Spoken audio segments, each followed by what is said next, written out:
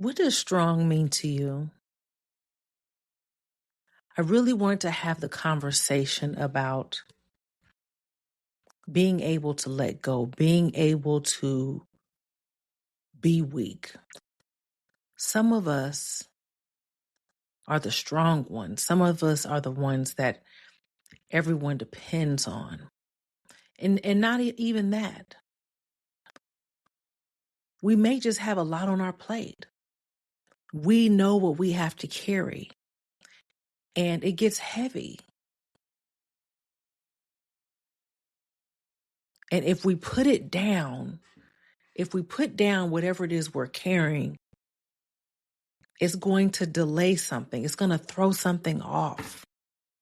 What do you do? What do you tell that person? What if it's not even task and responsibilities? What if it's emotions?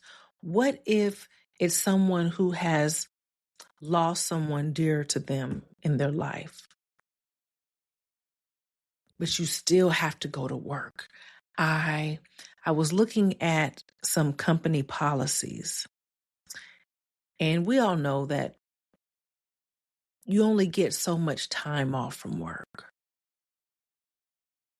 They give you 3 days to grieve. They give you 5 days to grieve, and which means it's not even grieve. It's to make arrangements, make plans, process, sleep. You don't really have the time. You don't have the time to have the time. What do you do?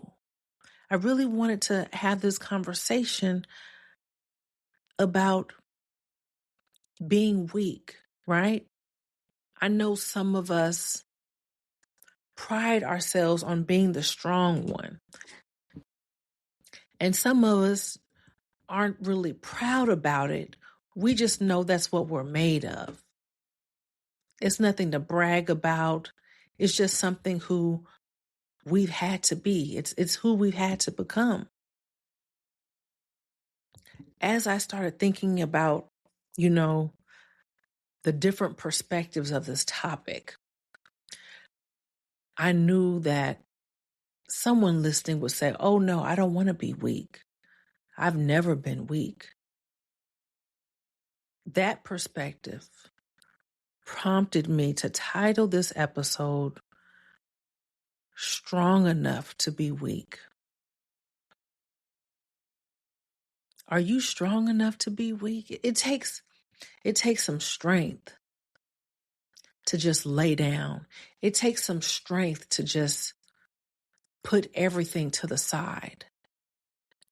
It takes strength to close your eyes and get some rest, knowing that when you wake up in the morning, Lord willing, that you're going to have all of tomorrow's responsibilities on top of yesterday's. It takes strength to be weak. It takes strength to make that conscious decision of, I can't, and I'm not. I don't even know another word besides weak, but that's the way we want to feel. Just loose, just relax. And not even just relax, just release all of our tension. That's what I mean by weak. Just release, just exhale, just let go. Just let go. It takes strength to be weak. Now, some people can do it easily. Some people, that's their everyday stature. They have other people to depend on. They have systems in place, or they have the bandwidth. They have less responsibilities in other areas in order to accommodate what's necessary. Everyone doesn't have that. How do you become weak? How do you let yourself be weak? Have you done it? Was it a choice? Because we really have to be careful of the words that we speak. We really have to watch what comes out of our mouths and what we're really asking for. When you have a lot on your plate, and then you also have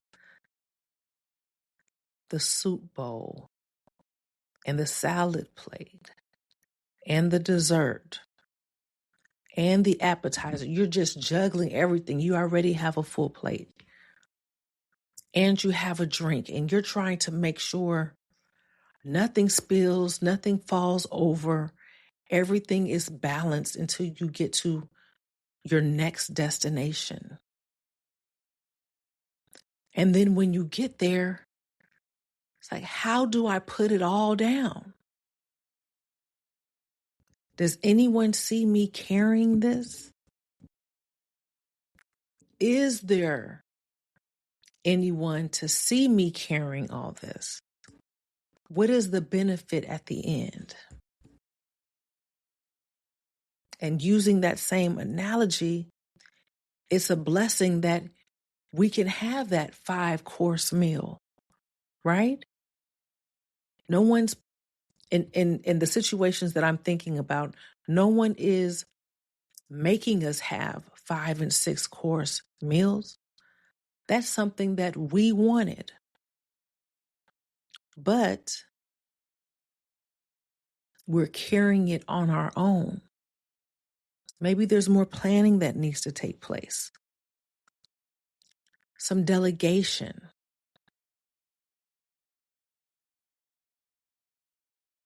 If all of these plates are our responsibilities, maybe we need to let go of some of the other ones, like cleaning the kitchen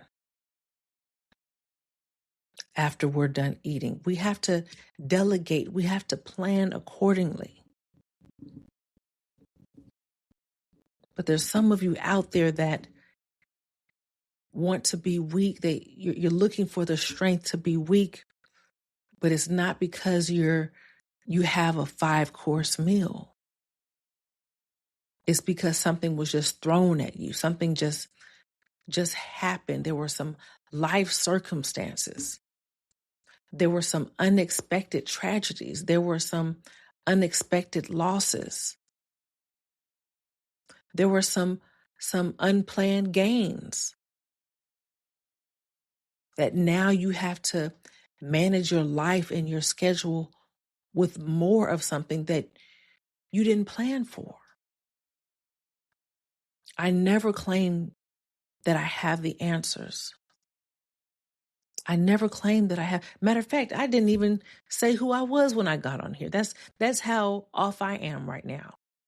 You are listening to the Kim Unity Solutions podcast, where we inspire leadership and humanity within and beyond the workplace. I say that because we're all people. And we can be going through all this. We can be trying to navigate our weight and our plates and still have to show up for work and still have to be able to solve someone else's problems and be there on time and engage and innovate while still dealing with the weight of our other responsibilities. I am your host, Kim, the SME speaker of my experiences. What do you do? What kind of words of encouragement? Drop it in the comments. Share your perspective. It's time to have real conversations, real life conversations. We are dealing with real life situations. How are you dealing with it? Your response may not be the response for someone else, but maybe that might spark an idea or suggestion for them. a way for them to navigate it. It takes strength to be weak because we want to lay down or fall down gently. We want it to be planned out. We don't want to cause disruptions or be a distraction or a hindrance to the people around us.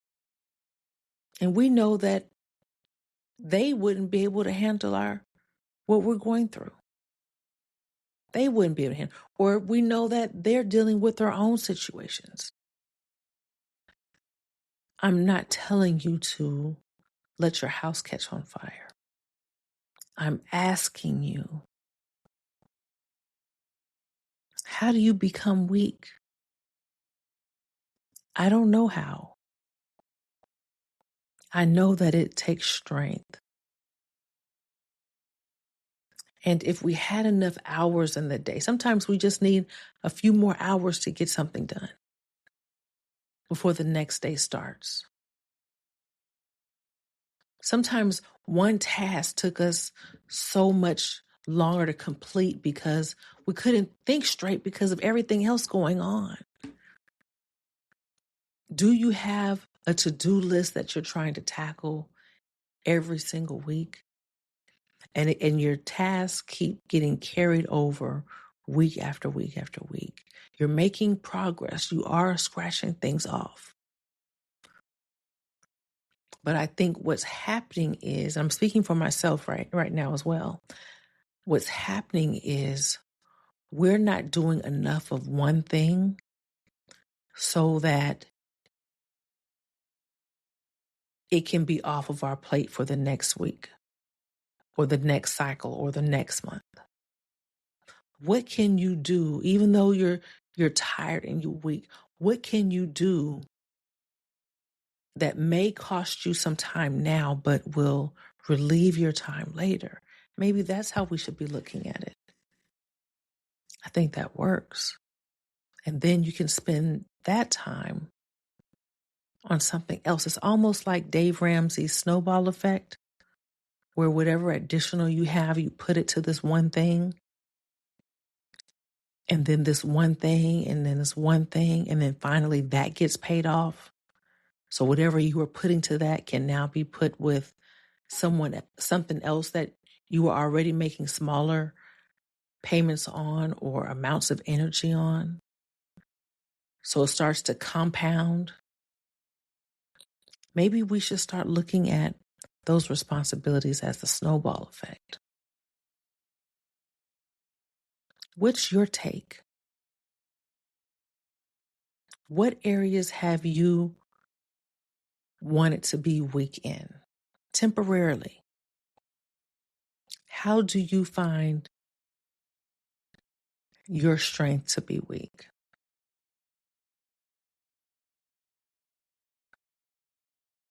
That's my thought of the day. I would love to hear your input. I would love for you to comment and share your challenge or the challenges of someone that you know, so that we can learn from it, so that we can apply it, and so that we can soon take that break. I am your host, Kim the SME.